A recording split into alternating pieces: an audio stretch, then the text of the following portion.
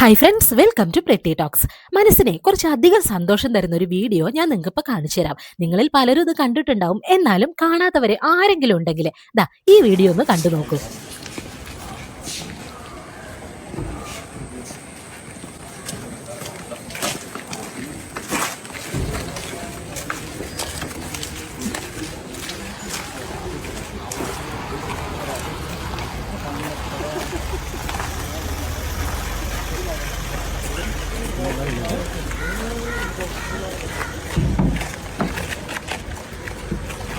ആ നീല ടീഷർട്ട് ഇട്ട് ഇറങ്ങി വരുന്ന പരനാറിയെ കണ്ടില്ലേ? 1.5 വയസ്സ് മാത്രം പ്രായമുള്ള ഒരു പിഞ്ചു കുഞ്ഞിനെ കൊല്ലാക്കൊല ചെയ്തവൻ അഷ്കർ. പോലീസുകാരുടെ കയ്യിൽ നിന്നാണോ ഇനി വേറെ എവിടെന്നെങ്കിലും ആണോ എന്നറിഞ്ഞൂടെ. അവൻ എന്തായാലും നല്ല ചളുക്ക് കിട്ടിയിട്ടുണ്ട്. നടന്നു വരുമ്പോഴുള്ള ആ വലിച്ചിലും ജീപ്പിൽ കയറിയിരുന്നിട്ടുള്ള അവന്റെ മുഖത്തിന്റെ ഭാവമൊക്കെ കണ്ടാലറിയാം എവിടുന്നോ നല്ലോണം അവന് കിട്ടിയിട്ടുണ്ട്. ഇത്രയൊന്നും കിട്ടിയാൽ പോരാ, കാണോടത്ത് വെച്ചിട്ട് ഇനിയും അവന് ആൾക്കാരെ കയ്യിൽ നിന്ന് നല്ല തല്ല് കിട്ടണം. പുഴുത്ത് എഴഞ്ഞ പരനാറി നടക്കണമെന്ന് ആത്മാർത്ഥമായിട്ട് ആഗ്രഹിക്കുകയാണ്, പ്രാർത്ഥിക്കുകയാണ്. ഈ വീഡിയോ എടുത്ത് ഫേസ്ബുക്കിൽ പോസ്റ്റ് ചെയ്ത ആൾക്ക് ഒരുപാട് നന്ദി. ആ കുഞ്ഞിനെ ഓർത്ത് മനസ്സ് വല്ലാതെ വേദനിക്കുമ്പോഴും ഇങ്ങനെയുള്ള ചില കാഴ്ചകൾ മനസ്സിന് സുഖം നൽകുന്നുണ്ട്. ഇവനെ മാത്രമല്ല, ഇവന്റെ പരട്ട തള്ളേനെയും പൊക്കണം. കുഞ്ഞിനെ ഇവൻ കൊല്ലാകൊല ചെയ്തു എന്ന് ഇവൻ തന്നെ സമ്മതിച്ചിട്ടും ഇവന്റെ തള്ള അത് സമ്മതിക്കുന്നില്ല. അങ്ങനെ ചെയ്യില്ല. ഞാൻ എപ്പോഴും പറയുന്നു, എന്റെ മോനെ കൊച്ചിനെ കൊല്ലില്ല. അതെനിക്ക് ഉറപ്പാണ്. ഈ ലോകം മൊത്തം പറഞ്ഞാലും ഞാൻ വിശ്വസിക്കില്ല. എന്റെ മോൻ കൊല്ലൂല, കൊല്ലാൻ വേണ്ടി ചെയ്യൂല. പിന്നെ അവന്റെ കയ്യിൽ നിന്ന് എന്തെങ്കിലും കണ്ടില്ലേ, ചില പരട്ട പോരാളികൾ ഇങ്ങനെയാണ്. സ്വന്തം മക്കള് എന്തൊക്കെ വൃത്തികേട് ചെയ്തു കഴിഞ്ഞാലും അതിനെ ന്യായീകരിച്ച് അവർ ചെയ്തില്ല എന്ന് തന്നെ തറപ്പിച്ച് പറയുന്ന ചില പരട്ട പോരാളികൾ. ചില മക്കള് ഒന്നിനും കൊള്ളാത്തവരായി മാറുന്നതില് അല്ലെങ്കിൽ ദുഷ്ടന്മാരായി മാറുന്നതില് ഇങ്ങനെയുള്ള തള്ളമാരുടെ പങ്ക് ഒട്ടും ചെറുതല്ല. പറയുന്നത് തന്നെ എനിക്ക് വിശ്വസിക്കാൻ പറ്റുന്നില്ല. ഇപ്പൊ കൊല്ലൂ എന്നാണ് ഞാൻ ചോദിക്കുന്നത്. അങ്ങനെ അടിച്ചടിയിലേറ്റ കുട്ടി വീഴുന്ന തീർന്നു പോയതാണെന്നും എനിക്കറിയില്ല. മക്കളെ, എന്റെ മോൻ കൊല്ലൂന്ന് ഞാൻ എപ്പോഴും വിശ്വസിക്കുന്നില്ല. കൊല്ലാൻ വേണ്ടി ചെയ്തതാവൂലത്രേ, അടിച്ചടിയിൽ ചിലപ്പോ പറ്റിപ്പോയതായിരിക്കുന്നത്. നോക്കണേ, എത്ര ദുഷ്ടയായ സ്ത്രീയാണ് ഇവരെന്നുള്ളത്.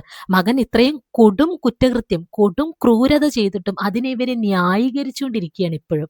ഇവൻ വാരി കൊടുത്ത് അങ്ങനെ നിന്നിട്ട് ഇവന് കഴിക്കാത്തത് കൊണ്ട് ചിലപ്പോൾ ദേഷ്യം വന്ന് ഇവൻ ചവിട്ടിൽ മറിഞ്ഞ് വിടുന്ന് തീർന്നതാണോ എന്നും എനിക്ക് അറിയാൻ വയ്യ. നമ്മളൊക്കെ കുഞ്ഞുങ്ങൾ ചോറ് കഴിക്കാണ്ടായാല് വല്ല കാക്കേനെയും പൂച്ചേനെയൊക്കെ കാണിച്ചായിരിക്കും ചോറ് കഴിപ്പിക്കുക. പക്ഷെ ഇവരങ്ങനെയല്ല. 1.5 വയസ്സുള്ള കുഞ്ഞ് ചോറ് കഴിക്കാണ്ടായാല് ചവിട്ടി വീഴ്ത്തിയിട്ട് അതിന്റെ വായിലോട്ട് ചോറ് കുത്തി കയറ്റിയാണ് ഇവർ ചോറ് കഴിപ്പിക്കുക. അങ്ങനെ സ്നേഹം മൂത്ത് ചോറ് കഴിപ്പിച്ചുകൊണ്ടിരുന്നപ്പോ ചവിട്ടി വീഴ്ത്തിയപ്പോ പറ്റിപ്പോയതാണ് അത്ര. ഒരു കുഞ്ഞിനെ ക്രൂരമായി കൊന്നതിനെ കുറിച്ച് എത്ര ലാഘവത്തോടെയാണ് ഈ സ്ത്രീ സംസാരിക്കുന്നത്, വെളുപ്പിക്കാൻ ശ്രമിക്കുന്നത്. ഈ അഷ്കറിന്റെ സഹോദരി ഒരുത്തിയുണ്ട്. അവരും കണ്ടിട്ടുണ്ട് അത്രേ അഷ്കർ കുഞ്ഞിനെ ഉപദ്രവിക്കുന്നത്.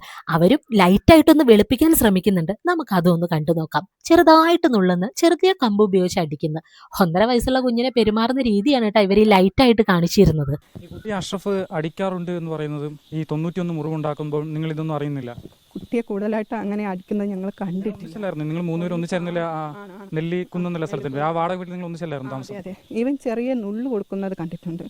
പിന്നെ ചെറിയ കമ്പുണ്ടല്ലോ, ചെറിയ കണ്ണമില്ലാത്ത കമ്പിട്ടടിക്കുന്നത് കണ്ടിട്ട് അപ്പോഴൊക്കെ ഞാൻ വഴക്ക് പറഞ്ഞിട്ടുണ്ട് ഇവനെ. ചെറിയ കമ്പിട്ടടിക്കുമ്പോൾ എങ്ങനെയാണ് 91 മുറിവ്? ആ മുറിവിനെ കുറിച്ച് ഞങ്ങൾക്ക് അറിയില്ല.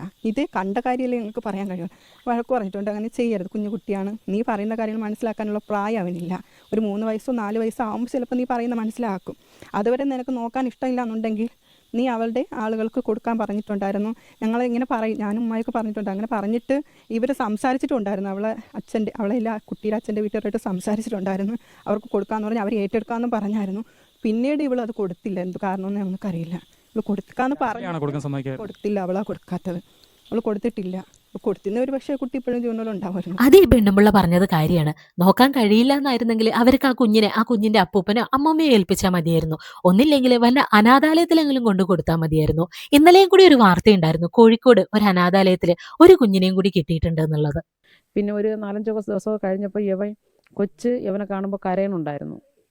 കുഞ്ഞ് അഷ്കറിനെ കാണുമ്പോൾ കുഞ്ഞ് കരയണുണ്ടായിരുന്നു.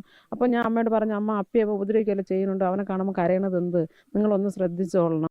ഒന്ന് ഓർത്തു നോക്കൂ, മരിക്കുന്നതിന് മുമ്പ് വരെ വെറും 1.5 വയസ്സ് മാത്രം പ്രായമുള്ള ഒരു പിഞ്ചു കുഞ്ഞ് അനുഭവിച്ച വേദനകളുടെ ആഴം എത്രത്തോളം ഭീകരമായിരുന്നു എന്നുള്ളത്. ഇനി ഒരു കുഞ്ഞിനും ഇങ്ങനെയുള്ള ദുർഗതി ഉണ്ടാവരുതേന്ന് ആഗ്രഹിക്കുമ്പോഴും എവിടെയൊക്കെയോ ഏതൊക്കെയോ കുഞ്ഞുങ്ങൾ ഇപ്പോഴും ഇത്തരത്തിലുള്ള നരകവേദന അനുഭവിച്ചുകൊണ്ടിരിക്കുകയാണ്. സഹിക്കുകയാണ് എന്നുള്ളതാണ് വാസ്തവം. ഭരണാധികാരികളും പോലീസും ഉൾപ്പെടെ, അതത് പഞ്ചായത്തിലെ വാർഡ് മെമ്പർ ഉൾപ്പെടെ, ആശാ വർക്കർമാരുൾപ്പെടെ അവരവരുടെ ജോലികൾ കൃത്യമായി ചെയ്തില്ലെങ്കിൽ, കണ്ടു മനസ്സിലാക്കിയില്ലെങ്കിൽ ഇനിയും ഇതുപോലുള്ള ദാരുണ മരണങ്ങൾ ഒരുപാട് നടന്നുകൊണ്ടേയിരിക്കും, സംശയമില്ല.